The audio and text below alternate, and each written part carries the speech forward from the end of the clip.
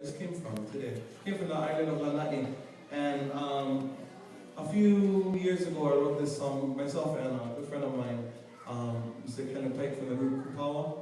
We had gone holo holo to the island with a friend of ours, and we got inspired to write new music, new melody for the island of Lanai.